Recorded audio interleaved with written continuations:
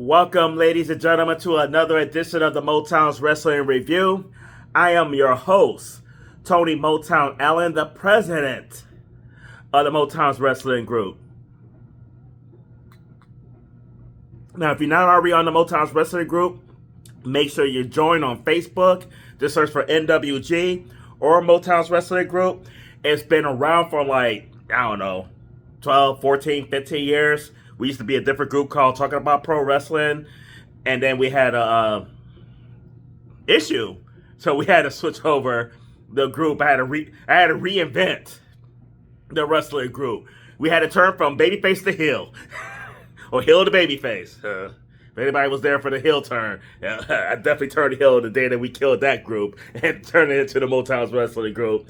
Hey, join the group if you want to know the whole story behind that. But today, no, she's my mommy. But today, we are talking about Monday Night Raw. And the better episode, in my opinion, than it was the week before. We got pyro. If you're in the Motown's Wrestling Group, you probably saw a post that I saw, and I reposted in there. I don't post a lot, but when I post some good ones. But they're talking about how in the 90s, Raw used to kick off with fucking pyro. And today, Raw kicks off with the superstars walking in, sipping on their coffee. My coffee a little stronger than theirs. But I think Triple H was in my group and saw that post, and he was like, fuck y'all, hold my beer. Pyro to kick off Monday Night Raw. And it was in Germany again. And we kicked off with the new World Tag Team Champions. Io Sky and Rhea Ripley, the little hot lesbian action couple that they are. And then out comes fucking Liv and Roxanne Perez, and my God, I will put it on them like dice. Then out comes, then it went south because then out comes this fucking bitch Bailey and Laura Valkyria. And then out comes the Kabuki Warriors. No, Ike and Tina Turner. This led to a number one contender triple threat match later on in the show to see who's going to take on Rhea Ripley and Io Sky at Saturday night's main event coming up before Royal Rumble, of course. Then we get the newest superstar to... Why am I keep saying superstar like Vince McMahon is still around? Then we get the newest wrestler on Monday Night Raw. Javon Evans taking on one of the Grande Americanos. Oh, God. Chad Gable, I miss you, buddy. El Grande Americano, when it was just one and it was him, it was good. I don't like all these little Americanos. It just ain't the same. It ain't. I know Rob's got your not-so-humble correspondent, Robert Black. I know he's got to be fed up with this shit because he didn't even like it when Chad Gable did it. And Chad Gable did it better than these three bozos combined. But the match itself was really good. And it was really good because of Javon Evans. That Spanish fly he hit, oh my God. Man, this kid got a lot of fucking talent. And his OG cutter off the rope to get the 1, 2, 3. I gave this match a B+.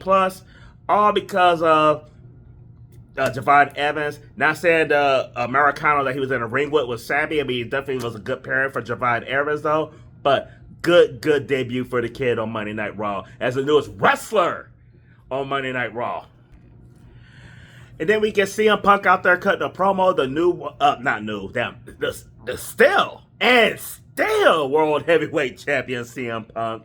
And then Finn Balor comes out. And the reason why Finn Balor comes out is because during the promo that we talked about earlier with Liv and Roxanne calling out the shot for the tag team titles. Later on, you got Raquel Rodriguez, who just beat up Stephanie McMahon last week, calling her shot for the women's title. And Liv, she played a Punk card.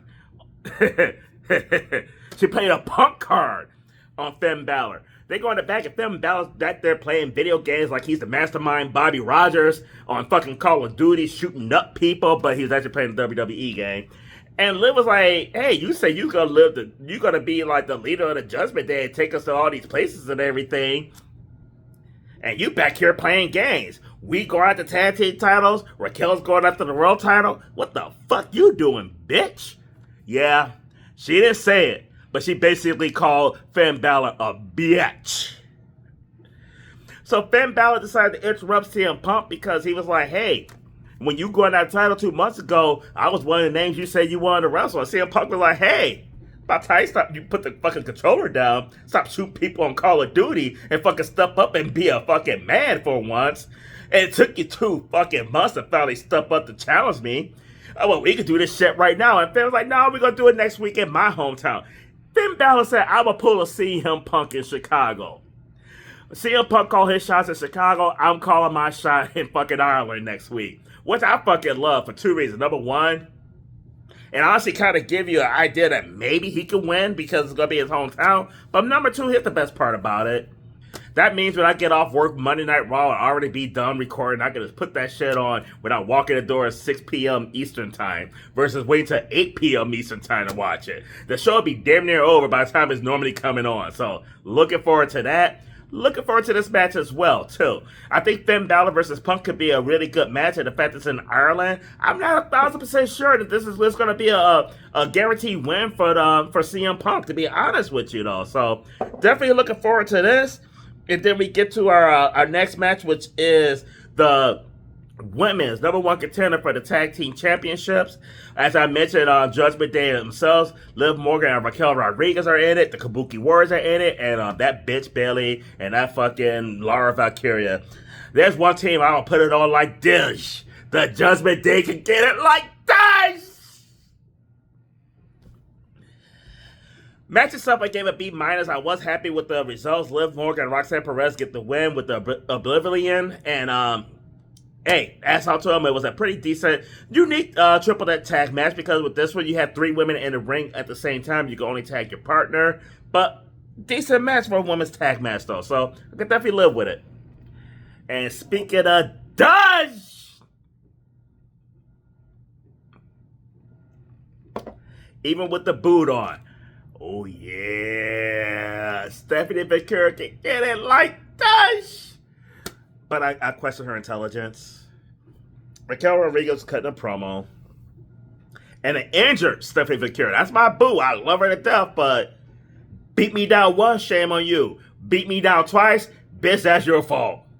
She had no business going to the ring with that fucking boot on her. What the hell did she think was going to happen? Raquel Rodriguez cutting a promo. Stephanie McCurry come limping out there with her fucking boot. And guess what? Got her ass whooped again. That's your fault this time, boo. I love you to death. But that's this time. That shit's your fault. No business going out there with fucking tiny tits and one good will and one bad will. Big mistake. Next up, we had Penta. Penta's back. Teaming up with Dragon Lee, which I'm just sick of them putting Penta in tag teams with people like Dragon Lee. I'm sick of like Ray Phoenix being attacked. If you're gonna put these, you split them up because you didn't want them in tag team matches, but they're teaming up with half the fucking roster. They're teaming up with everybody but each other. You have one of the greatest tag teams today, and that tag team is tagging with other people. What the fuck? But they took on the Vision. Austin Reed and Austin Theory and Bronson Reed. That match itself was just okay at best. I gave it a C-. Everything that happened after the match was better than the actual match itself. The match ended with a fucking DQ when Braun Breaker speared the fuck out of Dragon Lee. I mean, and he just went nuts. Adam Pearce came out there fucking basing his voice and everything. He already told Paul Heyman they ain't having it. He ain't in the mood. He was yelling at fucking Braun Breaker, and then Tsunami! Then he's yelling at fucking Bronson Reed. Spear! Now he's back on them, and then fucking Braun Breaker have him up in the corner at the Adam Pearce touched them. They got him off him and everything.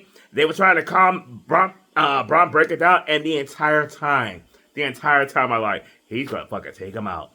He's gonna take him out.